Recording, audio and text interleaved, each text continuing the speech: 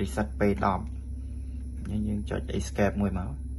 អញ្ចឹងយើងទៅរកពាក្យបតុងលើក្រោមនេះចុចមួយណាក៏បានដែរ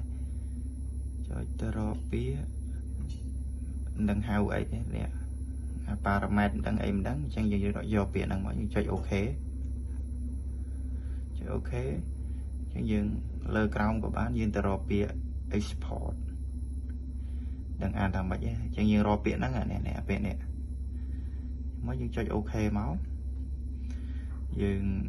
លើក៏បានក្រោមក៏បានទៅរកពាក្យ P10 ហើយ P10 ហ្នឹងមានន័យថាម៉េចអត់ដឹងទេអញ្ចឹង P10 ហ្នឹងយើងត្រូវកែកន្លែងនេះទៅឲ្យលេខ0ព្រោះឥឡូវវាពេលដាច់ភ្លើងម្ដងឬក៏ fold ម្ដងវាក